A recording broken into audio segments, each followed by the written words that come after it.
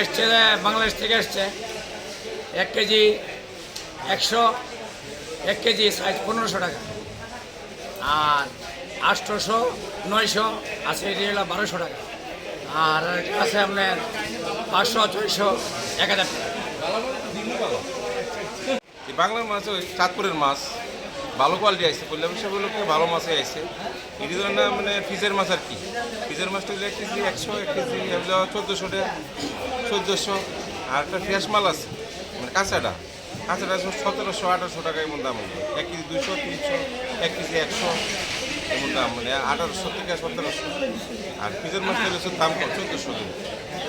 আর মজুদ ভালো এসছে। মাছ ভালো আমদানি আসছে, মাছ ভালো আমদানি আসছে বা প্রতিবেশীদের লেগে ভালো মাছ ভালো কোয়ালিটি আইসে।